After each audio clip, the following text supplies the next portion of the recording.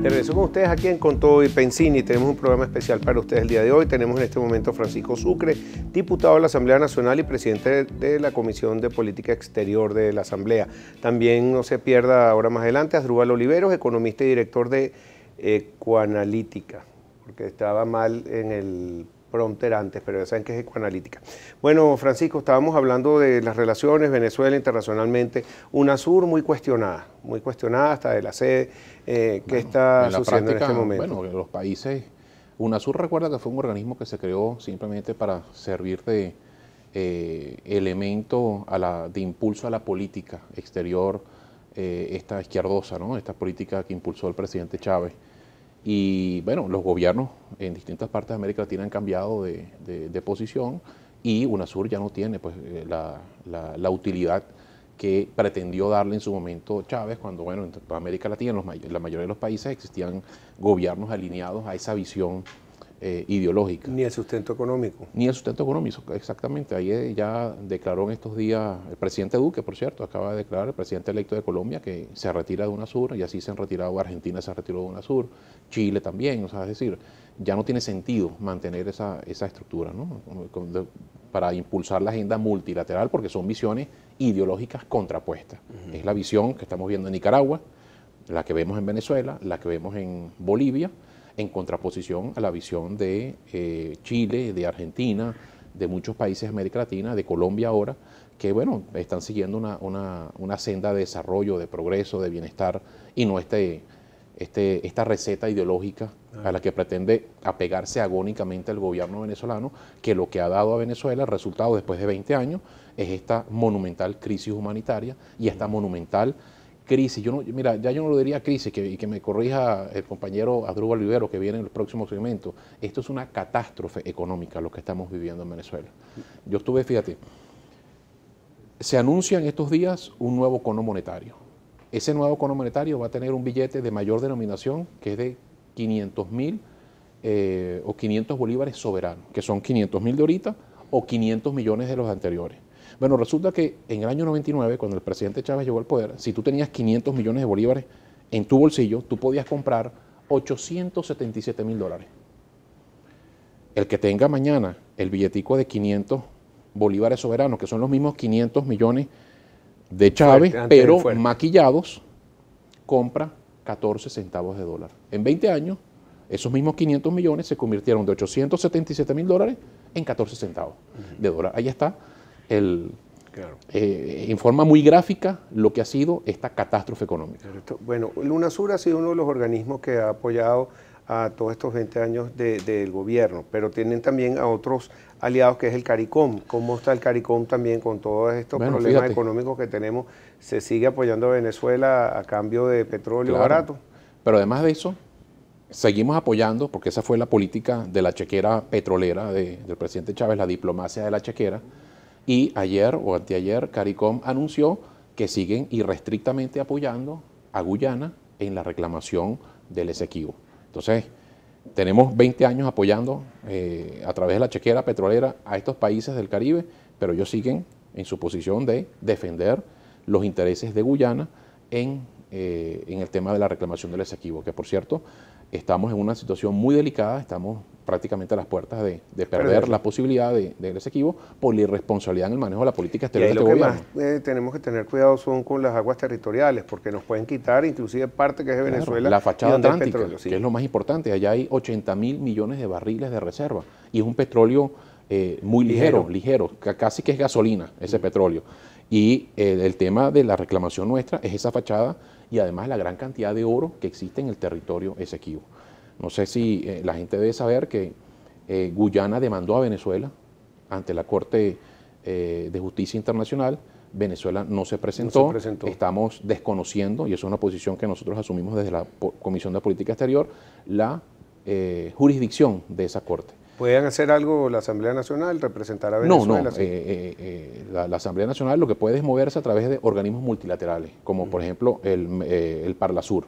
Parlasur puede perfectamente enviar documentos, los organismos multilaterales, la OEA puede enviar documentos en función de esa controversia, pero la Corte declaró que no tenía la competencia, eso es muy importante para Venezuela, y citó a Venezuela y a Guyana en noviembre de este año y en abril del próximo año a presentar alegatos. Nosotros estamos exponiendo que no podemos judicializar el conflicto y que debemos regresar al Acuerdo de Ginebra, que el Acuerdo de Ginebra establece como vía de resolución un arbitraje, la figura de los buenos oficios y que la solución sea acordada satisfactoriamente para ambas partes. Y bueno, tenemos que ir hacia allá, pero la irresponsabilidad de este gobierno es tal que hay que recordar que el presidente Chávez en el año 2004, en visita que hizo a Georgetown, en esta política de la chequera, bueno, básicamente le dijo al presidente de ese momento de Guyana que todos que podían perfectamente explotar esos yacimientos petroleros y los yacimientos de oro,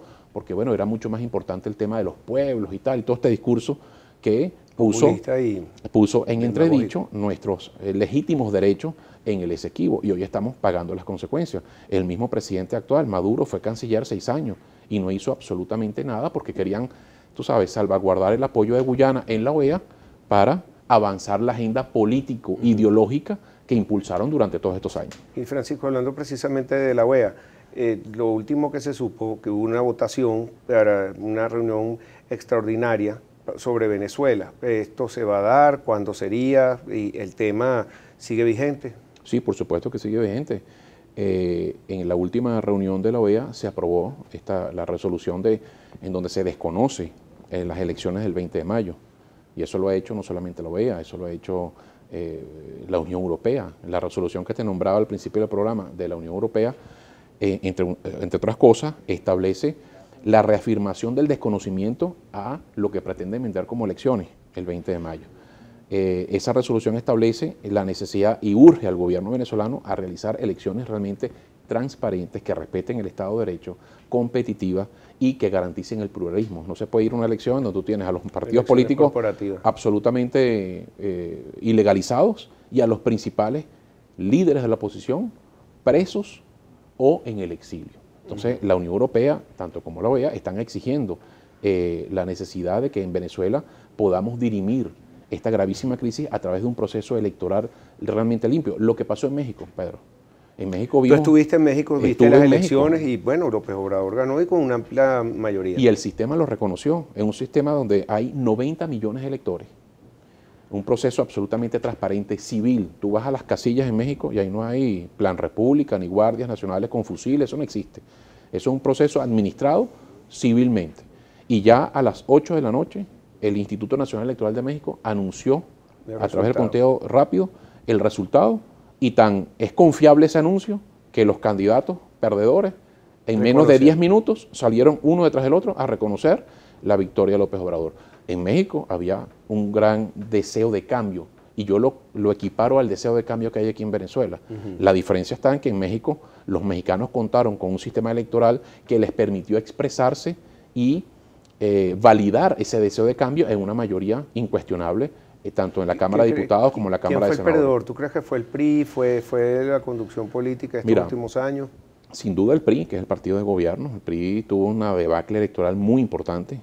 Perdieron inclusive hasta en el Estado de México, que es el estado del presidente Enrique Peña Nieto. López Obrador tiene una gran responsabilidad en estos momentos en México, porque la confianza que se depositó en él es una confianza, bueno, extraordinaria. Y él tiene que saber administrar eso con criterios tú sabes, de coherencia política y con criterios de seguir impulsando el desarrollo económico de México. México es uno de los países que en América Latina es la segunda economía del continente y es un país que viene creciendo sistemáticamente económicamente. Sí. No te puedo, me están diciendo que se acaba el tiempo, me voy a robar 2 minuticos más porque no puedo dejar que te vayas sin esta pregunta. ¿Qué va a pasar con la unidad, la MUD? Hoy Ramos Alup fue bastante diplomático. Él dice que se separa por una serie de razones. Tenemos entendido que era porque se estaba eligiendo al secretario general, no se pusieron de acuerdo, no se ponían de acuerdo y por bueno, distintas... Y que no se hicieron primarias, están argumentando porque se firmó un acuerdo en la MUD en julio del año pasado donde el compromiso era realizar primarias para elegir el candidato presidencial, pero decidimos no participar en un proceso absolutamente amañado como el que vimos, unas elecciones absolutamente apartadas de lo que son elecciones transparentes y por supuesto no hubo la necesidad de elegir a un candidato presidencial. Cuando vayamos nosotros a un proceso como el que vivió México, transparente, Pedro, por supuesto vamos a un proceso de primarias, pero no había necesidad de hacer primarias y elegir a ningún candidato porque no había un proceso. Además, ya habíamos decidido no participar en esas elecciones. Pero quedan distintos partidos formando parte de la MUD y también está la Asamblea Nacional, que es importante que hayan ciertos acuerdos. Y además, Acción Democrática puede estar de acuerdo con algunos de los otros partidos, Primero Justicia, Voluntad Popular. El acuerdo parlamentario se mantiene incólume ¿sí? en la Asamblea Nacional y nosotros además compartimos un objetivo común. Podemos tener diferencias en cuanto a bueno, lo que está planteando Acción Democrática, que se le respeta, porque estamos en un proceso plural y no podemos simplemente estigmatizarlo porque se quieren ir. Bueno, ellos tomaron su decisión, pero los objetivos estratégicos siguen siendo los mismos y seguiremos trabajando en función de que en este país los venezolanos podamos decidir en elecciones limpias y justas y transparentes el cambio que es el gran consenso político nacional que hay en Venezuela. A mí me dio la impresión que fue un divorcio, todo el mundo contento y feliz. Eso no es así que ya veremos con el tiempo. Y hay muchas conversaciones, pero de verdad que se siguen teniendo conversaciones. Por el bien del país. Por el bien del país, debería ser así. No, y va a ser así, va a ser así. Yo estoy convencido de que Venezuela va a dejar muy pronto de administrar permanentemente en una crisis sin fin, producto de la aplicación de un modelo fracasado, porque los venezolanos tenemos derecho a administrar el éxito. Venezuela no está condenada biológicamente al fracaso. Eso es lo que nos quieren hacer ver desde el gobierno. Venezuela, todo lo contrario, está condenada biológicamente al éxito. Bueno, Francisco, gracias por estar con nosotros. Te invito pronto al programa, que se nos quedaron algunos temas, y el tema internacional, sabes que está siempre bien. Y muy dinámico. Muy dinámico. Así que, y mucho éxito con la MUD y lo que queda y lo que se pueda usar por la unidad.